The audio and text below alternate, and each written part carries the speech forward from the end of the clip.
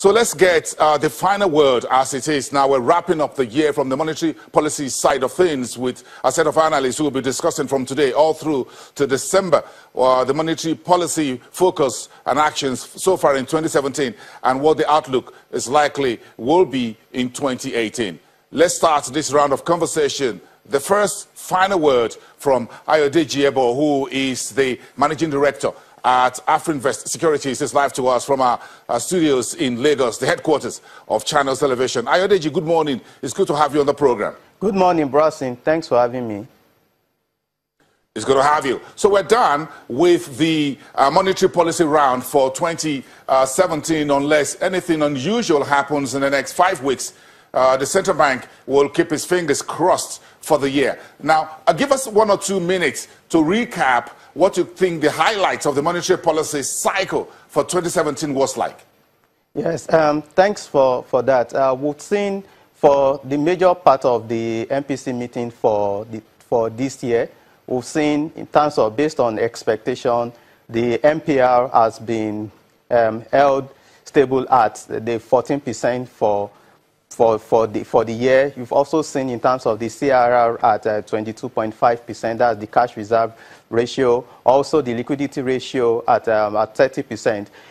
What the CBN, the decision of the CBN aligns with our expectation, because when you see the current situation within the economy, we've seen stability within the FX market, it will be too early for the CBN even to alter the equilibrium. Some stability, we've even seen some of the gains that have been recorded within the economy, though there's still a lot to be done within that area. But it's going to be challenging for the CBN towards the end of the year to just alter that equilibrium. So either bringing down the MPR by whatever, even if it's 25 basis points, will alter a lot of things, signals to the foreign portfolio investors, and also a further tightening in terms of it may also affect growth, though we've not seen significant correlation between the MPR as well as the lending rate, so may not necessarily translate into increased lending.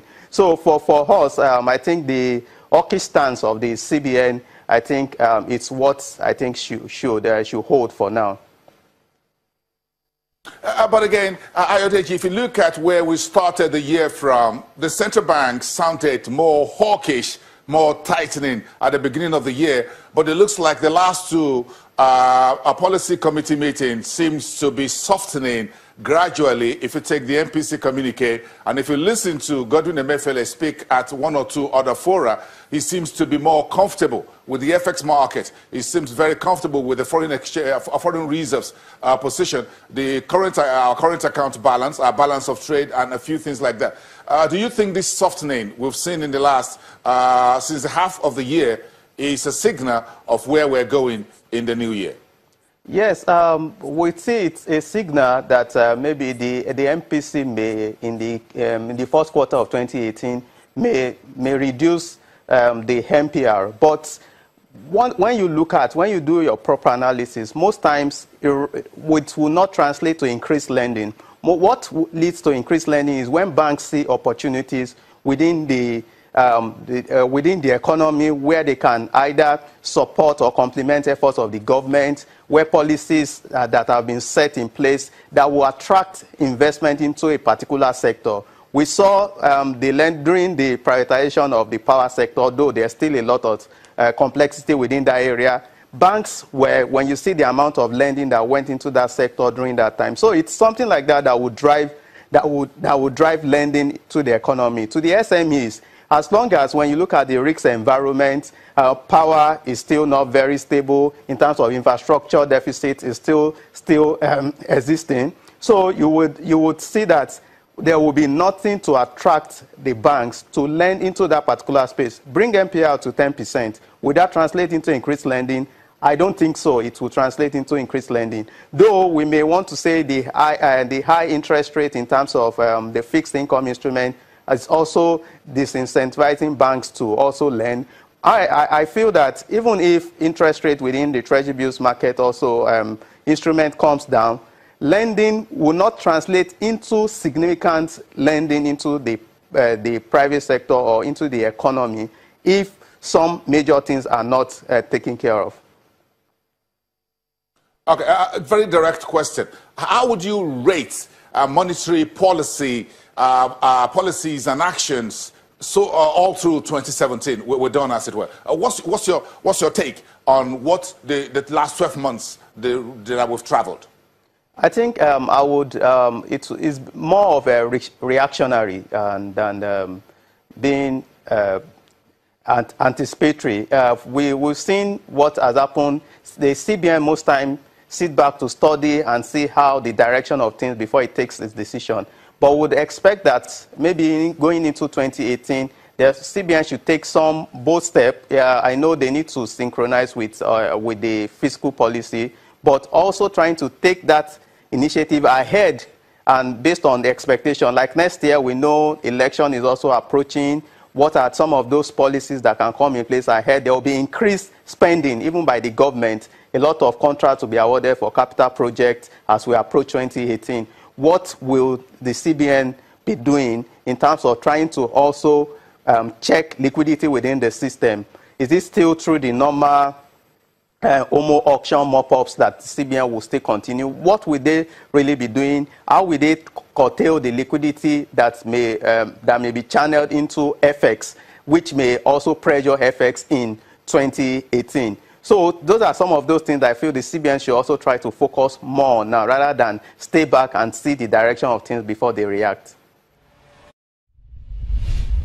But again, it's always been said that the central bank, and it's been admitted that the central bank has limitation when it comes to the tools, the monetary policy tools it can deploy to tackle the problems we have. So the central bank is in a very tight corner.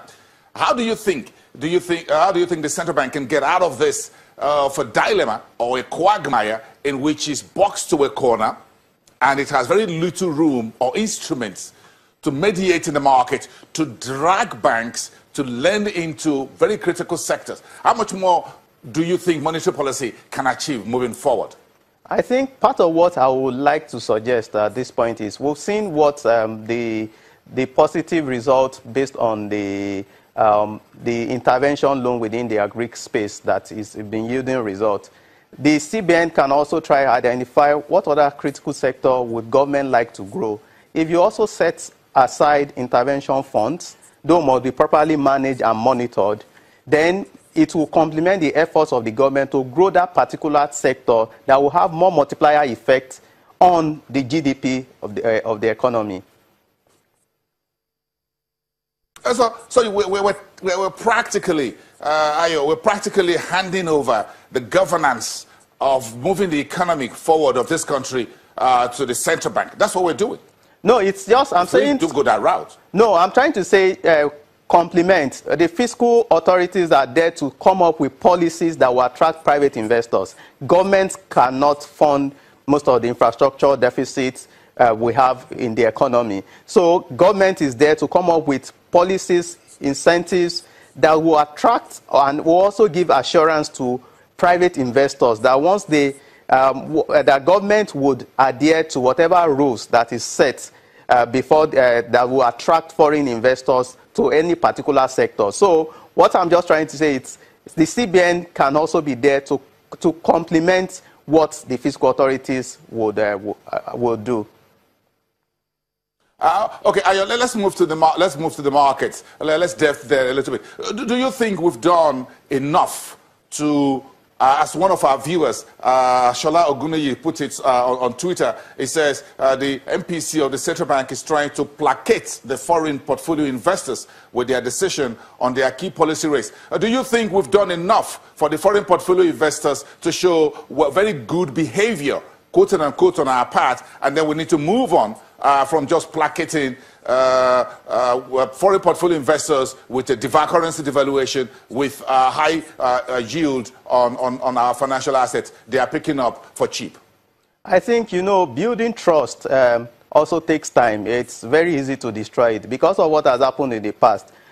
Some of the foreign investors are still skeptical, and you can see, looking at the investors and exporters window, It's over 6 months now since April that it was set up. And because of the consistency and in terms of stability that has been experienced within that window, confidence have begun to also improve. So we know we are not yet there, but taking baby steps, and as we approach, as they see some form of stability, despite the CBN intervention, reserves, external reserves have been growing. These are some of those things that would also add up and build confidence for foreign investors. We need those inflows to help stabilize so that we don't use all our external reserves to defend or to intervene in the FX market. So the CBN, we know how the Nigerian economy is structured. We can't do without these foreign portfolio investors. I know we still have a lot in terms of convergence of the exchange rates, which most of the foreign investors have been clamoring for, but with what we've been able to, the CBN has been able to achieve within the I&E window, over $18.5 billion in the last 6 or 7 months. And when you look at with the average volume that is being consummated on a daily basis, that is what will give confidence. The forward market, the NDF, non-deliverable forwards, when you also see people can also lock in and reduce their exposure to the market. FX supply has improved. These are some of those things that scared away foreign investors in the past. So far in 2017, do you think the monetary policy environment had been favorable to local retail investors? Because it looks like the foreign portfolio investors seems to be the one having the carrot part, while the local investors, do you think they have part of that big carrot, or they're just holding the stick, trying to hang in there while we placate, quote unquote, the foreign portfolio investors? No, indirectly, they've also been supportive of the retail investors, because when you look at how the effect is that when there was FX illiquidity, most of the quoted companies on the Nigeria Stock Exchange were not performing. A lot of them booked a lot of FX losses. But now with the improvement in FX supply, most of these companies can buy raw materials in terms of projection.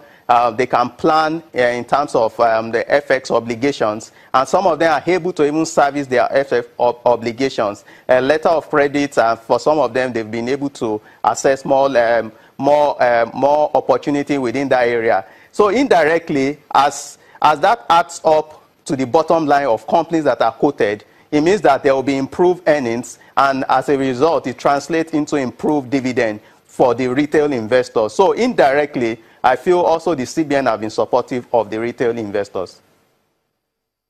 Finally, what's your market's outlook for the new year?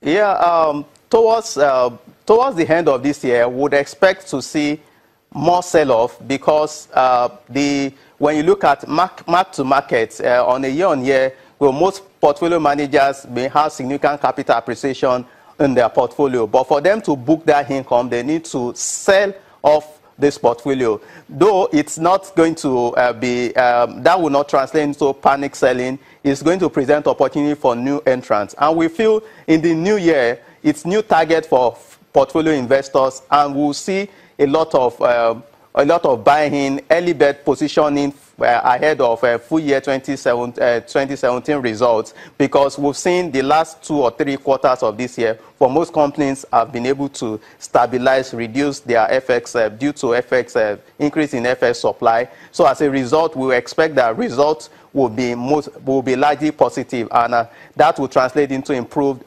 dividend. So we'll see a lot of bargain hunting in January, after the sell-off that will be witnessed as we approach the year end in 2017.